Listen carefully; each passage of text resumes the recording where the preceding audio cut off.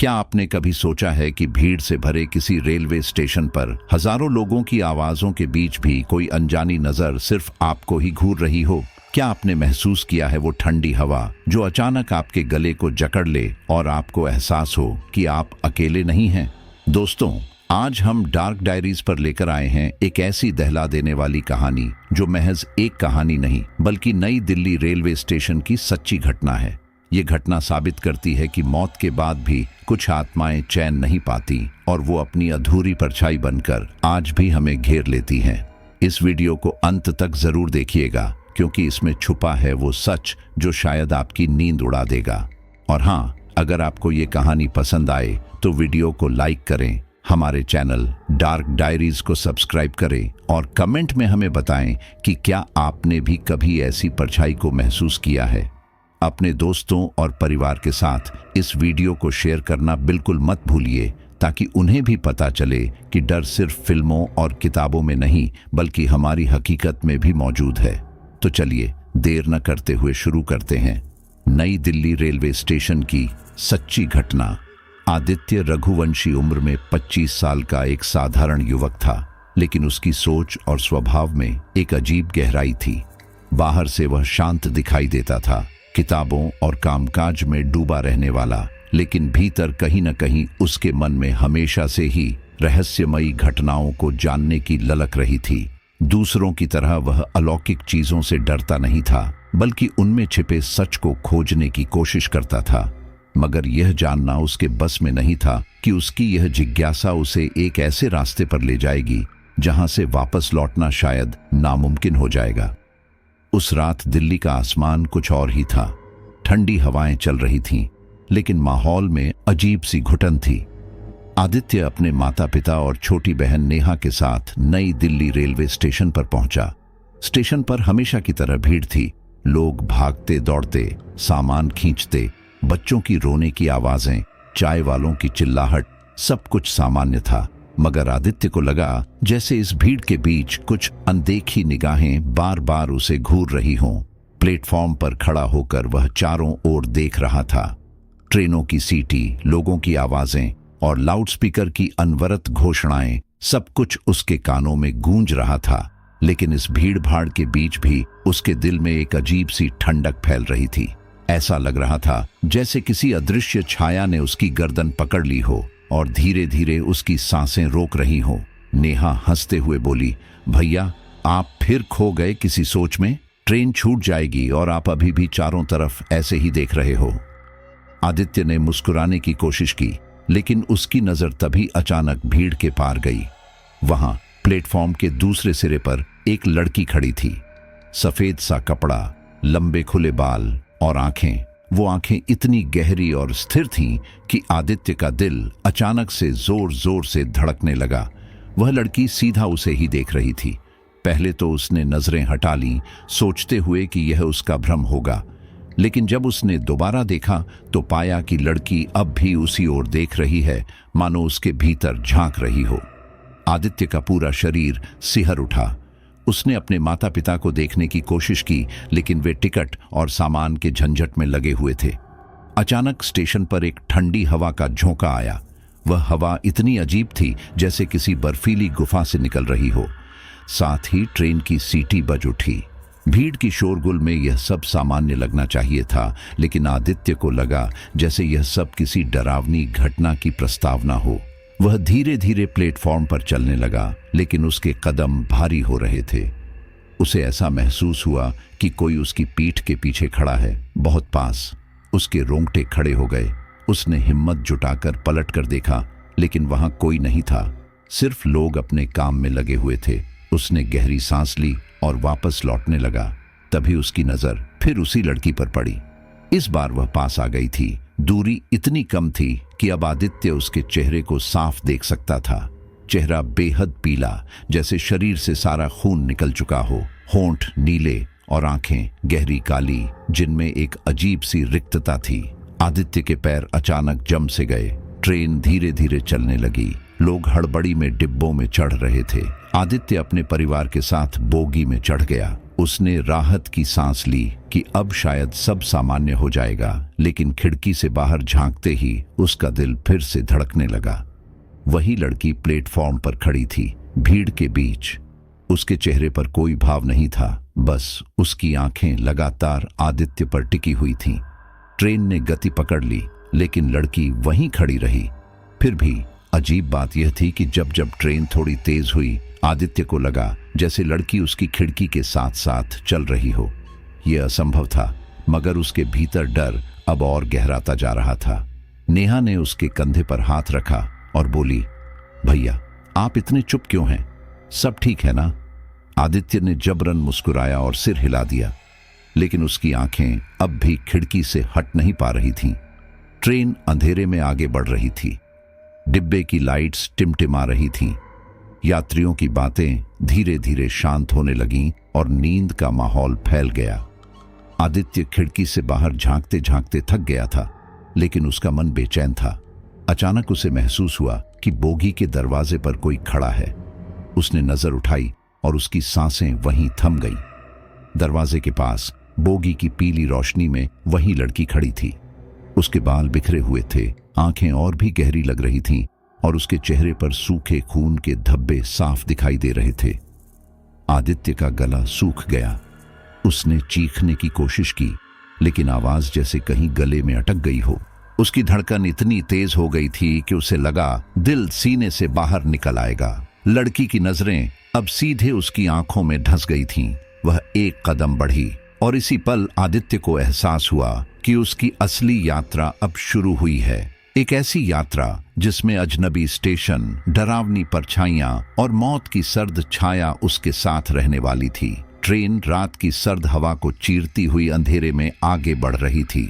Bogie का वातावरण धीरे धीरे और भी भयावह होता जा रहा था। हल्की सी टिमटिमाती नाइट लाइट्स यात्रियों के चेहरों पर अजीब छायाएं बना रही थीं। अधिकतर लोग गहरी नींद में डूब चुके थे। उनकी सांसों की आवाज और बोगी की चरमराहट मिलकर एक अजीब सी खामोशी रच रहे थे। लेकिन इस शांति के बीच आदित्य का दिल किसी अज्ञात भय से तेज धड़क रहा था। उसकी आंखें बार बार बोगी के दरवाजे की ओर उठ रही थीं, जहां कुछ देर पहले उसने उस रहस्यमयी लड़की को खड़े देखा था। अब वहां सिर्फ खालीपन था, मगर उसका मन मानने को तैयार नहीं था कि वह दृश्य सिर्फ भ्रम था। आदित्य ने गहरी सांस ली और खुद को समझाने की कोशिश की कि सब कुछ सामान्य है। उसने अपने परिवार की ओर देखा। पिता सिर झुकाए ऊँघ रहे थे, माँ दीवार से टिककर आंखें बंद किए थीं और नेहा तो एकदम गहरी नींद में थी। सब कुछ शांत लग रहा था, लेकिन आदित्य का मन बेचैन था। वह उठकर वॉशरूम की ओर चला गया। सोचा कि थोड़ी देर अकेला रहकर खुद को संभाल सकेगा। वॉशरूम की संकरी गली में पहुंचते ही उसकी धड़कन और तेज हो गई। बोगी के दरवाजे से आती हवा अजीब ठंडी थी। उसने हिम्मत जुटाकर दरवाजा खोला और अंदर चला गया। वॉशरूम की छोटी खिड़की से बाहर झांका तो बस गहरा अंधेरा था, चारों ओर सन्नाटा। उसने पानी छिड़क कर चेहरा धोया और आईने में खुद को देखने लगा, लेकिन आईने में उसे सिर्फ अपना चेहरा नहीं दिखाई दिया। एक पल के लिए उसे लगा कि उसके पीछे कोई खड़ा है। उसने पलटकर देखा तो कोई नहीं था, पर आईने में जो परछाई थी वह अभी भी मौजूद थी। उसके माथे पर पसीना छलक आया। वह जल्दी से बाहर निकला और बोगी की ओर लौटने लगा। तभी उसकी आंखें ठिठक गईं। सामने उसी संकरी गली के छोर पर वही लड़की खड़ी थी। सफेद कपड़े, बिखरे बाल और आंखें इतनी गहरी कि जैसे भीतर खींच लें। वह धीरे धीरे आदित्य की ओर बढ़ रही थी। उसके कदमों की आवाज सुनाई नहीं दे रही थी, लेकिन बोगी का फर्श उसके हर कदम पर जैसे सिहर उठा हो। आदित्य के शरीर में सिहरन दौड़ गई। वह पीछे हटना चाहता था, लेकिन उसके पैर मानो जमीन से चिपक गए थे। लड़की के चेहरे पर एक अजीब सी मुस्कान थी। वह मुस्कान मासूमियत जैसी भी थी और खतरनाक भी। वह एकदम पास आकर ठिठकी और धीमी आवाज में बोली, क्या तुम मुझे यहाँ तक छोड़ सकते हो? उसकी आवाज इतनी ठंडी थी कि आदित्य की हड्डियां तक जम गईं। वह जवाब देना चाहता था, पर उसके होंठ सूख चुके थे। जैसे ही उसने हिम्मत करके कुछ कहने के लिए होंठ खोले, उसकी आंखें लड़की के हाथ पर गईं। पहले तो वह सामान्य लग रहा था, लेकिन अगले ही पल उसकी उंगलियां लंबी और नुकीली होने लगीं, जैसे किसी जानवर के पंजे हों। उनमें से खून टपक रहा था और धीरे धीरे पूरा हाथ खून से भीग गया। आदित्य का दिल जोर से धड़का। उसने चीखने की कोशिश की, लेकिन उसकी आवाज गले में ही दब गई। सिर्फ उसके गले से फंसी फंसी खरखराहट निकल रही थी। उसकी सांसें रुक सी गईं और पूरा शरीर ठंडे पसीने से भीग गया। लड़की की आंखें अब और भी गहरी हो गई थीं। उनमें नफरत और दर्द दोनों झलक रहे थे। उसने अपना नुकीला हाथ आदित्य की ओर बढ़ाया, जैसे उसकी गर्दन पकड़ने ही वाली हो, लेकिन तभी अचानक बोगी में गूंजती ट्रेन की तेज सीटी ने सब कुछ बदल दिया। आदित्य ने पलक झपकाई और देखा कि सामने कोई नहीं है। लड़की गायब हो चुकी थी। चारों ओर फिर वही टिमटिमाती लाइट्स और सोए हुए यात्री थे, लेकिन उसकी सांसें अब भी तेज चल रही थीं, जैसे वह किसी खौफनाक मुठभेड़ से अभी अभी निकला हो। आदित्य लड़खड़ाते कदमों से अपनी सीट की ओर लौटा। उसके दिल में सिर्फ एक ही सवाल गूंज रहा था, वह लड़की कौन थी? क्या सचमुच वह वहां थी या यह उसका भ्रम था? उसने मां और पापा को जगाने की कोशिश की। वह उनके कंधे को हिलाने लगा, लेकिन दोनों गहरी नींद में डूबे रहे। उसने नेहा को झकझोरा, मगर उसकी नींद और गहरी होती गई, मानो पूरा डिब्बा किसी रहस्यमयी नींद के जाल में फंस गया हो। उसके माथे पर पसीना बह रहा था। वह चिल्लाना चाहता था, लेकिन आवाज उसके गले से निकल ही नहीं रही थी। अचानक उसकी नजर अपने हाथ पर गई। उसकी दाईं हथेली जलन सी करने लगी। उसने कांपते हुए उस पर नजर डाली और उसका खून सूख गया। वहां गहरे नाखूनों के 5 निशान उभर आए थे, इतने गहरे कि लगता था जैसे किसी ने अपनी पूरी ताकत से उसकी त्वचा को फाड़ दिया हो। आदित्य का दिल बैठ गया। यह कोई सपना नहीं था, यह कोई भ्रम भी नहीं था। उस लड़की का स्पर्श असली था, उसके नाखूनों के निशान असली थे, और यह सब इस ट्रेन की रात के सफर की बस शुरुआत थी। ट्रेन की गति अचानक धीमी होने लगी और फिर एक झटके के साथ अगले स्टेशन पर आकर रुक गई। आदित्य ने खिड़की से बाहर झांका तो उसकी सांसें थम गईं। प्लेटफॉर्म लगभग सुनसान था, कहीं कोई हलचल नहीं, सिर्फ टिमटिमाते बल्ब और टूटी फूटी बेंचें। चारों ओर सन्नाटा पसरा हुआ था, ऐसा सन्नाटा जो दिल की धड़कन तक सुनाई देने लगे। अंधेरे और वीरानी ने मिलकर उस जगह को किसी श्मशान की तरह बना दिया था। आदित्य को महसूस हुआ कि यह स्टेशन सामान्य नहीं है, इसमें कोई अनजानी सर्दी छिपी हुई है। वह अब भी बाहर देख ही रहा था कि अचानक उसकी नजर प्लेटफॉर्म के कोने में पड़ी। वहां वही लड़की खड़ी थी। सफेद कपड़े हवा में हल्के हल्के लहरा रहे थे, लेकिन चेहरा देखकर आदित्य का खून जम गया। उसका आधा चेहरा पूरी तरह फटा हुआ था, जैसे किसी ने बेरहमी से उसे नोच डाला हो। आंखों की जगह गहरी खाली खोहें थीं, जिनमें सिर्फ अंधेरा ही अंधेरा भरा हुआ था। वह स्थिर खड़ी थी, मगर उसकी खाली आंखें सीधे आदित्य को घूर रही थीं। आदित्य का दिल इतनी तेज धड़क रहा था कि मानो छाती फाड़कर बाहर निकल जाएगा। उसने घबराकर दरवाजा खोलने की कोशिश की ताकि बाहर जाकर देख सके कि यह सच है या भ्रम, लेकिन दरवाजा किसी अजीब ताकत से जाम हो चुका था। उसने पूरी ताकत लगाई, फिर भी दरवाजा हिला तक नहीं। उसकी हथेलियां पसीने से भीग गईं और गले से हल्की सी कराह निकली। बाहर वह भयावह चेहरा अब और भी साफ दिख रहा था, जैसे हर पल और नजदीक आ रहा हो। तभी अचानक पीछे से किसी ने धीमी आवाज में कहा, इससे बचकर रहो, ये अधूरी आत्मा है। आदित्य चौंक कर पलटा। बगल की बोगी से एक बुजुर्ग व्यक्ति अंदर आए थे। झुके हुए कंधे, माथे पर सफेद राख का टीका, हाथ में पुरानी सी माला। उनकी आंखें उम्र दराज होने के बावजूद गहरी और गंभीर थीं। आदित्य उन्हें देखते ही थोड़ा सहज हुआ और कांपते हुए बोला, आप कौन हैं? बुजुर्ग ने शांत स्वर में जवाब दिया, मैं रामकिशन हूँ। लोग मुझे रामकिशन बाबा कहते हैं।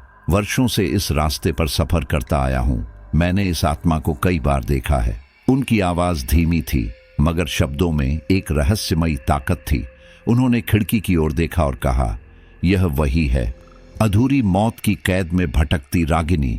इसकी आत्मा चैन नहीं पा सकी, इसलिए हर बार इस स्टेशन पर लौट आती है। आदित्य ने डरते हुए पूछा, ये मुझे ही क्यों दिख रही है? बाबा ने गहरी सांस ली और कहा, क्योंकि यह आत्मा अपने अधूरे दर्द से जुड़ा कोई चेहरा ढूंढ रही है और शायद उसे तुम्हारे भीतर वही जुड़ाव दिखाई देता है। बेटा, सावधान रहो। यह आत्मा जितनी मासूम दिखे, असल में उतनी ही खूंखार है। इसकी नफरत इसका अस्त्र है। बोगी के भीतर का माहौल और भी डरावना होता जा रहा था। बाहर रात और गहरी हो चुकी थी। स्टेशन की टिमटिमाती लाइट्स अब बुझ बुझ कर जल रही थीं। हर बार जब बल्ब बुझता, बोगी अंधेरे में डूब जाती और जब रोशनी आती तो लगता कि कोई अनजाना साया पास खड़ा है। आदित्य का मन कांप रहा था। उसकी आंखें बार बार खिड़की की ओर जा रही थीं, जहां वह लड़की अभी भी उसी ठंडे भाव से खड़ी थी। रामकिशन बाबा ने अपनी माला को कसकर पकड़ा और धीरे धीरे मंत्र बुदबुदाने लगे। उनकी आवाज धीमी थी, लेकिन उसमें कंपन ऐसा था जैसे हवा भी सुन रही हो। आदित्य उनके पास बैठ गया। उसके हाथ कांप रहे थे। वह महसूस कर रहा था कि कुछ अजीब ऊर्जा चारों ओर फैल रही है। अचानक हवा का झोंका आया और बोगी का दरवाजा खुद ब खुद जोर से बंद हो गया। आदित्य के कानों में ट्रेन की चीख जैसी सीटी गूंज उठी। उसने बाबा की ओर देखा, लेकिन बाबा अब भी आंखें बंद किए मंत्र जप रहे थे। उनकी पेशानी पर पसीने की बूंदें चमक रही थीं। आदित्य ने खिड़की से बाहर झांकने की हिम्मत की। उसका दिल थम गया। लड़की अब पहले से कहीं ज्यादा नजदीक आ चुकी थी। उसके चेहरे से टपकता खून प्लेटफॉर्म पर गिर रहा था। उसके होठों पर अजीब सी मुस्कान थी। आदित्य ने कांपते हुए बाबा का हाथ पकड़ लिया। उसकी उंगलियां ठंडी थीं और दिल जोर जोर से धड़क रहा था। बाबा ने आंखें खोलीं और भारी आवाज में कहा, ये यहीं नहीं रुकेगी, ये और करीब आएगी। याद रखना, अगर इसकी छाया भी तुम पर पड़ गई तो तुम्हें बचाना मुश्किल होगा। आदित्य के रोंगटे खड़े हो गए। उसने चाहा कि अपने परिवार को जगा दे, लेकिन सब किसी गहरी नींद में वैसे ही सोए हुए थे, जैसे इस अंधेरी ताकत ने उन सबको बेहोश कर दिया हो। बोगी का हर कोना अब ठंड से जमने लगा था। सांसों से भाप निकल रही थी। अचानक बल्ब बुझ गया और चारों ओर अंधेरा छा गया। कुछ ही पल बाद बल्ब टिमटिमाया और जैसे ही रोशनी फैली, आदित्य ने चीख दबा दी। वह लड़की अब वहीं नहीं थी। वह अब रामकिशन बाबा के ठीक पीछे खड़ी थी। उसका आधा फटा चेहरा और खाली आंखें सीधे आदित्य की ओर देख रही थीं। उसके खून से सने होंठ धीरे धीरे एक डरावनी मुस्कान में फैल गए। जैसे ही रोशनी टिमटिमाई और वह लड़की रामकिशन बाबा के पीछे दिखाई दी, आदित्य का खून जम गया। अगले ही पल उसने भयानक चीख के साथ बाबा पर हमला कर दिया। उसके नुकीले नाखूनों ने बाबा की पीठ को चीर दिया और बोगी की दीवार पर खून बिखर गया। बाबा की दर्द से भरी चीख पूरे डिब्बे में गूंज उठी। आदित्य सन्न रह गया। उसके पैरों में जैसे जान ही नहीं बची थी। पूरा दृश्य इतना भयानक था कि उसके दिल की धड़कन कानों में गूंज रही थी। बाबा की चीख सुनकर कई यात्री चौंक कर जाग उठे। उन्होंने इधर उधर देखा, लेकिन किसी को कुछ असामान्य नजर नहीं आया। उनके लिए बोगी वैसी ही थी, बस अंधेरा, झूलती हुई लाइट और एक सामान्य सफर। लेकिन आदित्य की आंखों के सामने बाबा का लहूलुहान शरीर और लड़की का खौफनाक चेहरा साफ दिखाई दे रहा था। बाबा कराहते हुए बोले, ये सिर्फ हमको दिख रही है बेटा, बाकी सब इसकी परछाई से भी अंधे हैं। लड़की, जो अब खून से लथपथ राक्षसी रूप में बदल चुकी थी, बाबा पर बार बार हमला कर रही थी। आदित्य चीखना चाहता था, लेकिन आवाज गले में ही अटक गई। तभी बाबा ने कांपते हाथों से अपनी माला कसकर पकड़ ली और मंत्र पढ़ने लगे। उनके होंठों से निकले शब्द हवा में कंपन पैदा कर रहे थे। अचानक लड़की चीख कर पीछे हट गई, जैसे किसी अदृश्य दीवार से टकरा गई हो। उसकी आंखों में आग जल रही थी और उसकी चीख बोगी की दीवारों को हिला रही थी। कुछ क्षण के लिए माहौल शांत हुआ। बाबा ने हांफते हुए आदित्य की ओर देखा और भारी आवाज में कहा, ये रागिनी है। इसकी आत्मा इस ट्रेन की कैद में वर्षों से भटक रही है। इसकी हत्या इसी डिब्बे में हुई थी और इसकी मौत अधूरी रही। तभी इसका श्राप इस ट्रेन और इस रास्ते को बांध चुका है। आदित्य कांपते हुए बोला, लेकिन ये मुझे ही क्यों सताती है? बाबा की आंखें गहरी हो गईं। उन्होंने धीमे स्वर में कहा, क्योंकि इसकी किस्मत अब तुमसे बंध चुकी है। जिस तरह यह अधूरी है, वैसे ही अब तुम्हारा जीवन भी अधूरा रहेगा, जब तक यह मुक्त नहीं होती। आदित्य के कानों में यह शब्द हथौड़े की तरह गूंजे। उसका शरीर सुन्न पड़ गया। तभी अचानक उसकी आंखें भारी होने लगीं। वह नींद और जागने के बीच झूलता हुआ सा महसूस करने लगा और उसी पल उसके सामने अजीब दृश्य उभरने लगे। उसने देखा कि यह लड़की रागिनी एकदम जिंदा है। उसके चेहरे पर मुस्कान है और उसके साथ एक आदमी है जो उसके साथ डिब्बे में बैठा है। फिर अचानक वह आदमी चाकू निकालता है और रागिनी चीख उठती है। खून चारों ओर फैल जाता है। उसके बाद अंधेरा और सिर्फ रागिनी की चीखें, बचाओ। आदित्य की आंखें खुलीं तो उसका शरीर कांप रहा था। रागिनी का चेहरा उसके सामने था और उसकी आवाज गूंज रही थी, तुम ही मेरी मुक्ति हो, वरना तुम्हारा अंत यहीं होगा। उसकी आंखें जलते हुए कोयले जैसी थीं और होंठों पर दर्द भरी मुस्कान थी। आदित्य का दिल इतनी तेज धड़क रहा था कि उसे लगा अभी रुक जाएगा। रामकिशन बाबा ने फिर मंत्र पढ़ना शुरू किया, लेकिन इस बार उनकी आवाज भारी और टूटी हुई लग रही थी। अचानक उनका शरीर कांपने लगा। उनकी आंखें ऊपर की ओर पलट गईं। आदित्य ने घबराकर उनका हाथ पकड़ लिया, लेकिन अगले ही पल बाबा का शरीर ढीला पड़ गया।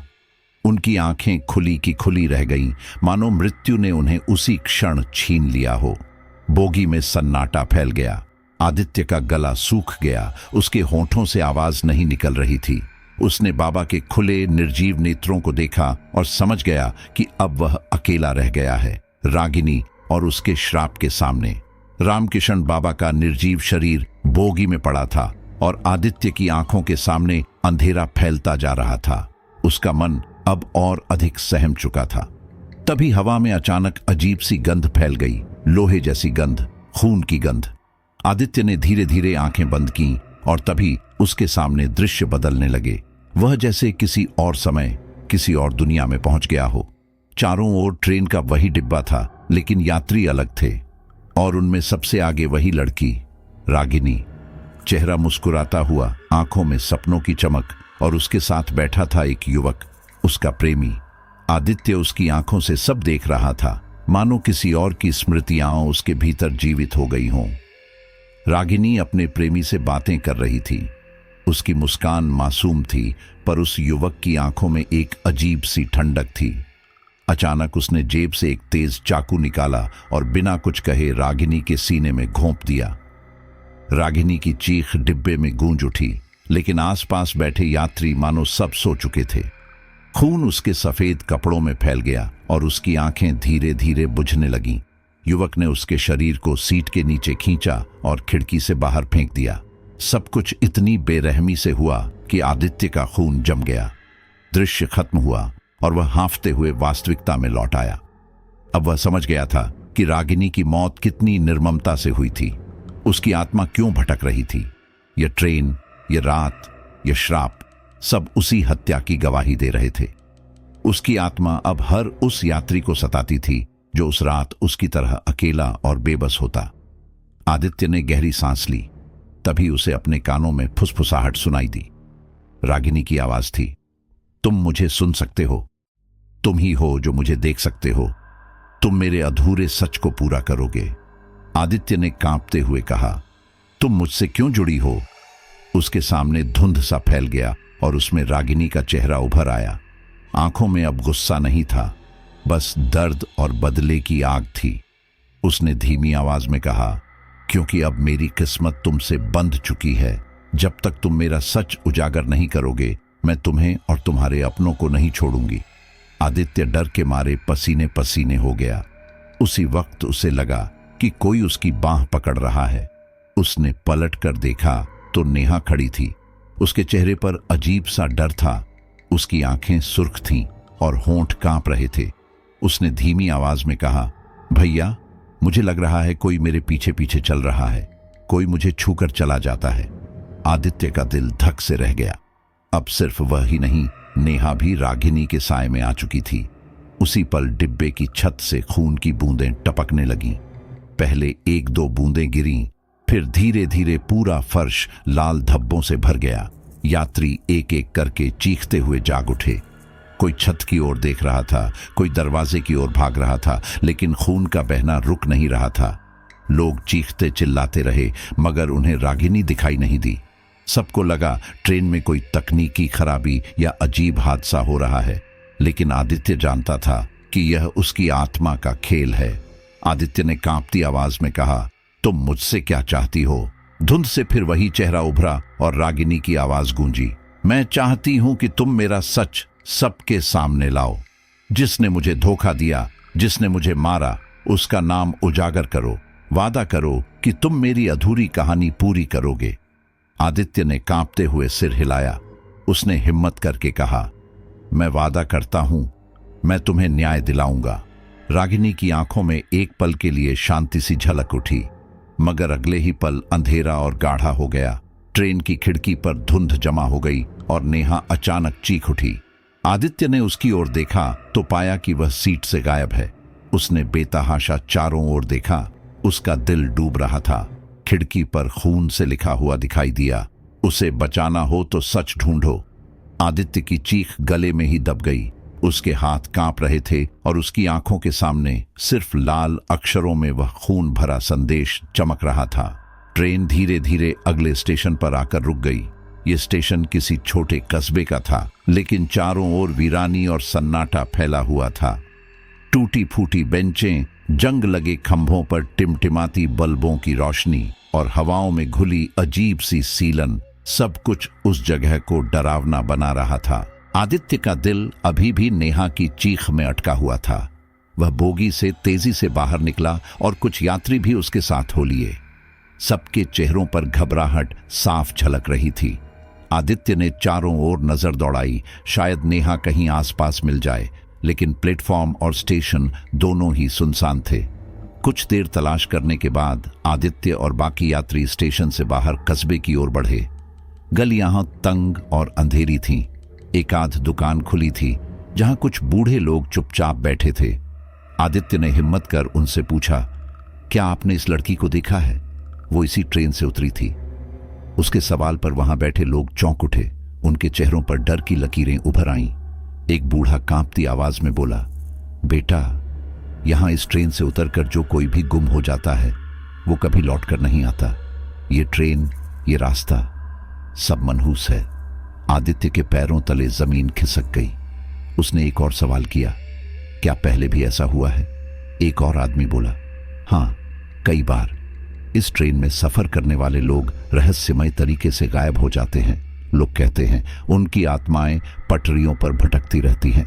यह सुनकर आदित्य के शरीर में ठंडक दौड़ गई।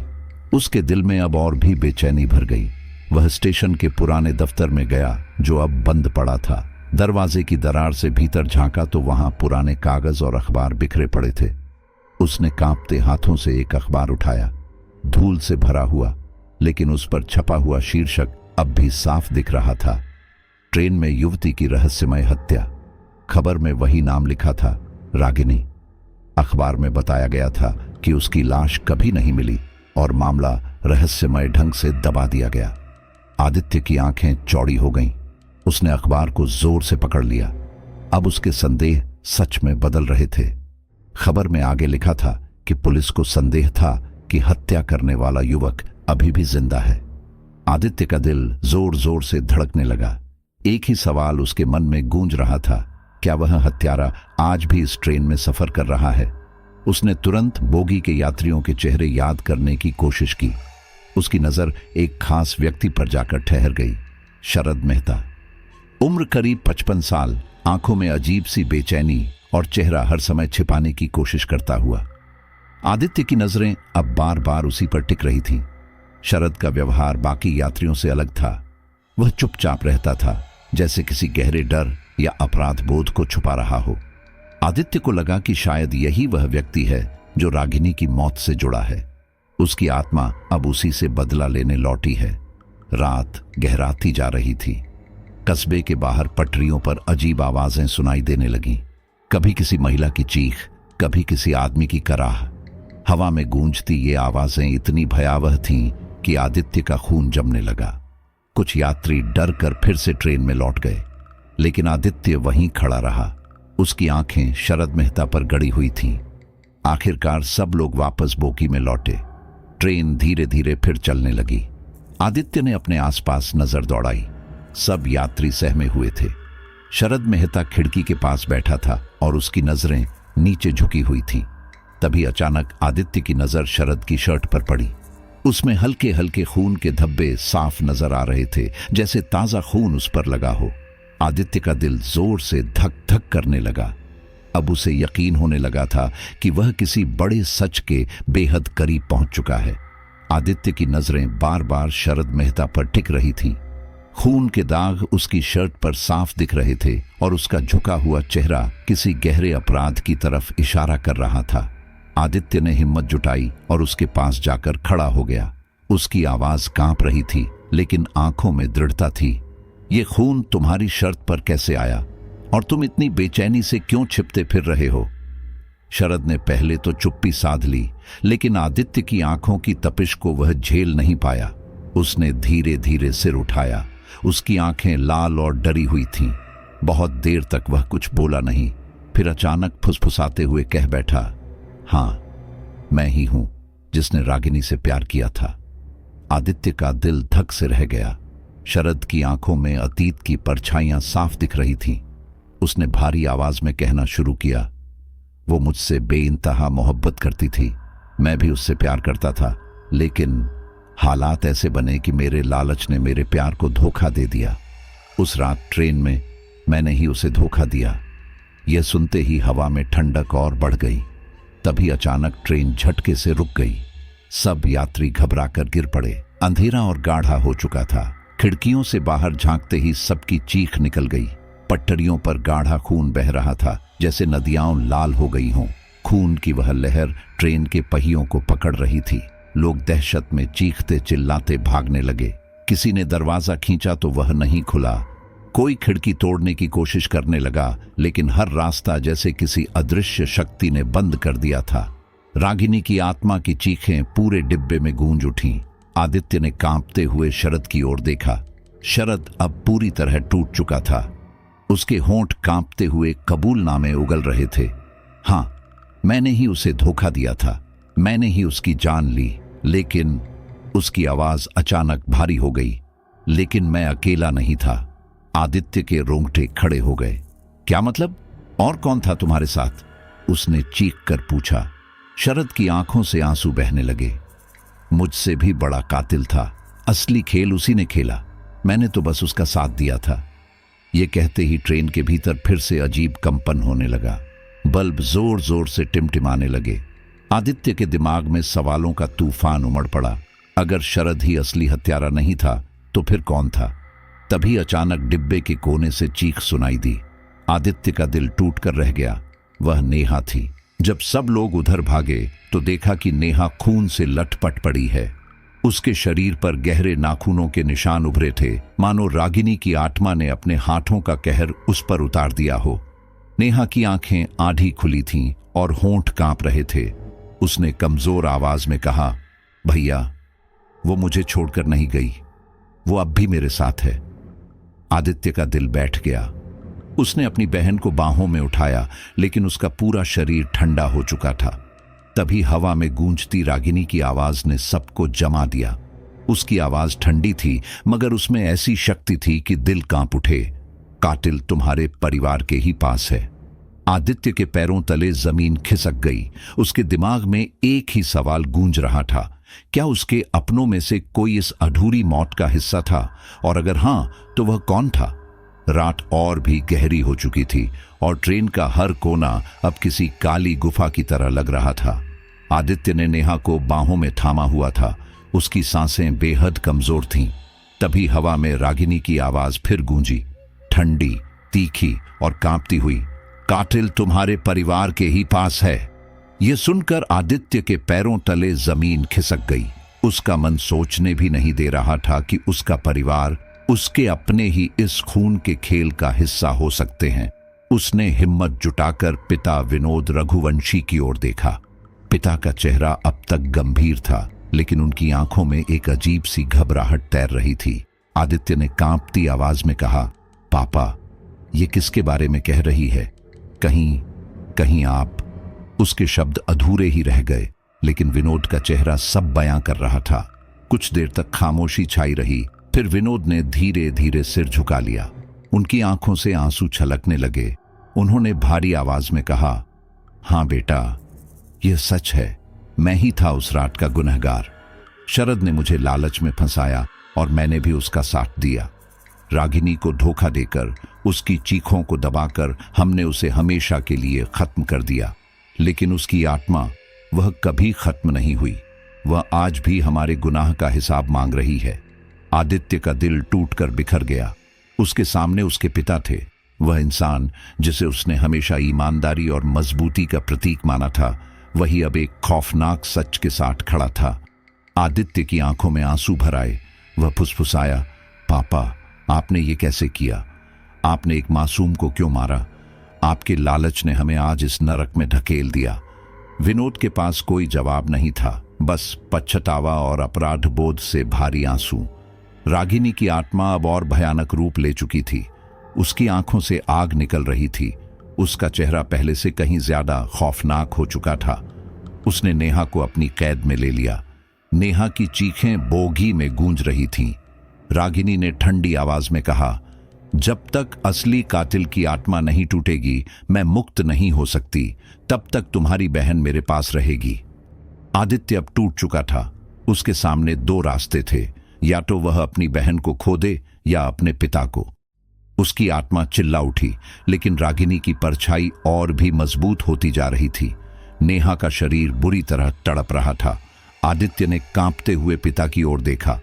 उसकी आंखों में अब आंसू नहीं, बल्कि दृढ़ता थी। पापा, अगर आप सच में हमारे अपने हैं तो इस पाप का बोझ हमेशा के लिए खत्म कर दीजिए। अपनी आत्मा को उसके सामने झुका दीजिए। विनोद रघुवंशी की आंखों से आंसू लगातार बह रहे थे। उन्होंने धीरे धीरे आगे कदम बढ़ाए और रागिनी की ओर देखा। उनकी आवाज टूटी हुई थी, रागिनी, मैं गुनहगार हूं। मैंने तुम्हारा विश्वास तोड़ा, तुम्हारी जान ली। मैं दोषी हूं, मुझे माफ कर दो। मेरी सजा ले लो, लेकिन मेरी बेटी को छोड़ दो। उनके शब्दों के साथ ही हवा में गूंजता शोर धीरे धीरे शांत होने लगा। रागिनी की आंखों का गुस्सा कुछ पल के लिए नरम हुआ। उसका चेहरा अब दर्द और शांति का मिश्रण लग रहा था। उसने नेहा को धीरे धीरे छोड़ दिया। नेहा का शरीर फर्श पर गिर पड़ा, लेकिन वह जिंदा थी। आदित्य दौड़कर उसके पास गया और उसे बाहों में भर लिया। उसकी आंखों में राहत के आंसू थे, लेकिन उसी समय विनोद का शरीर कांपने लगा। उनका चेहरा सफेद पड़ गया और उनकी आंखें धुंधली हो गईं। रागिनी की आत्मा ने उन्हें अपनी ओर खींच लिया। उन्होंने आखिरी बार अपने बेटे की ओर देखा और धीमी आवाज में कहा, बेटा, मुझे माफ कर देना। और अगले ही पल उनका शरीर निर्जीव होकर गिर पड़ा। रागिनी की आत्मा ने एक लंबी दर्द भरी चीख भरी। फिर उसके चेहरे पर एक अजीब सी शांति उतर आई। उसकी परछाई धीरे धीरे धुंध में घुलने लगी। ट्रेन में फैला सन्नाटा कुछ देर तक अडिग रहा। सब यात्री सहमे हुए एक दूसरे को देख रहे थे। ऐसा लग रहा था जैसे यह भयावह सफर आखिरकार खत्म हो गया हो। आदित्य ने पिता के शव और बहन को देखकर रोते हुए सिर झुका लिया, लेकिन तभी उसे अपने भीतर कुछ अजीब महसूस हुआ। उसका दिल अचानक तेज धड़कने लगा। उसकी सांसें भारी होने लगीं और तभी ट्रेन की खिड़की पर उसकी परछाई उभरी, लेकिन वह उसकी परछाई नहीं थी। उसकी आंखों में वही गहरी अंधकारमयी चमक थी, होंठों पर वही ठंडी मुस्कान। रागिनी की आत्मा अब शांत हो चुकी थी, लेकिन उसका ठिकाना बदल चुका था। वह अब आदित्य के भीतर बस चुकी थी। तो दोस्तों, यही थी हमारी आज की दहला देने वाली कहानी, नई दिल्ली रेलवे स्टेशन की सच्ची घटना। क्या आपने महसूस किया कि कैसे एक अधूरी आत्मा इंसानों की जिंदगी में डर और रहस्य बनकर लौट सकती है? यह कहानी हमें सिर्फ डराती नहीं, बल्कि यह भी सोचने पर मजबूर करती है कि मौत के बाद भी कुछ सच ऐसे होते हैं जो कभी खत्म नहीं होते। अगर यह कहानी आपके रोंगटे खड़े कर गई तो इस वीडियो को अभी लाइक कीजिए और हमारे चैनल डार्क डायरीज को सब्सक्राइब करना बिल्कुल मत भूलिए, क्योंकि ऐसी ही डरावनी और सच्ची घटनाओं के साथ हम हर बार आपके सामने हाजिर होते हैं। नीचे कमेंट में हमें बताइए कि क्या आपने कभी रेलवे स्टेशन, ट्रेन या किसी सुनसान जगह पर ऐसा अनजाना साया महसूस किया है? आपकी कहानी शायद अगली बार डार्क डायरीज पर सुनाई जाए। और हाँ, इस वीडियो को अपने दोस्तों और परिवार के साथ शेयर जरूर करें ताकि वो भी जान सकें कि सच्चाई कभी कभी कितनी डरावनी हो सकती है। तो मिलते हैं अगली कहानी में। तब तक याद रखिए, अंधेरा सिर्फ बाहर नहीं, हमारे आसपास भी मंडरा रहा है। डार्क डायरीज के साथ जुड़े रहिए और सच की इन परछाइयों को महसूस करते रहिए।